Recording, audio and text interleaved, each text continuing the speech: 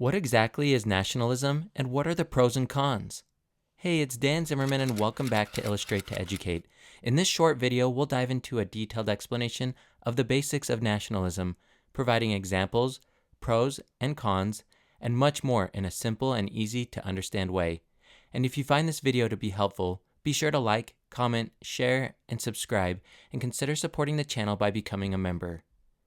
Nationalism is an ideology that emphasizes a strong identification with one's nation, often prioritizing national interests, culture, and sovereignty over external influences or global cooperation.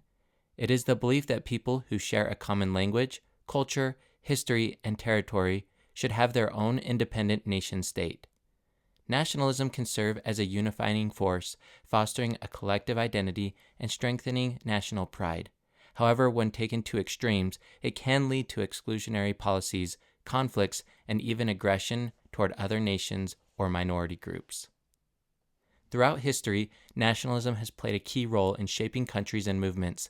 For example, the American Revolution was driven by the colony's desire for self-governance and independence from British rule. Similarly, the French Revolution was fueled by nationalist ideals that sought to overthrow the monarchy and establish a republic. In the 20th century, India's independence movement was largely inspired by nationalist leaders like Mahatma Gandhi, who promoted self-rule and the rejection of colonial rule.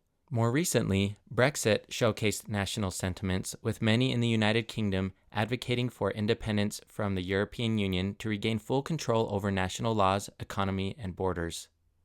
Nationalism has both pros and cons. Supporters of nationalism say it promotes unity and a strong sense of national identity, encouraging people to take pride in their culture, traditions, and history. They also argue that it can lead to economic and political independence, reducing reliance on foreign powers while strengthening domestic industries. Additionally, proponents of nationalism say it can enhance national security by prioritizing defense and protecting sovereignty. In many cases, they argue that it serves as a motivating force for progress, driving innovation and national achievements.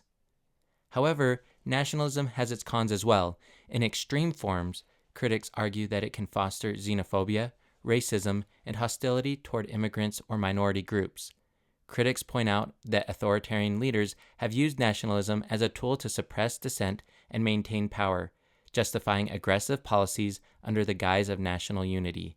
They also point out that nationalism has historically contributed to conflicts and wars, such as World War I and World War II, where nationalist rivalries played a major role in escalating tensions.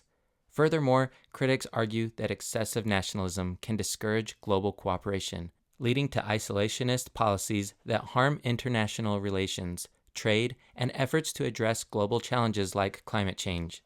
It is important to distinguish nationalism from patriotism. While both involve love for one's country, some argue that nationalism often implies superiority over others, whereas patriotism is simply a deep appreciation for one's nation without necessarily viewing it as better than others.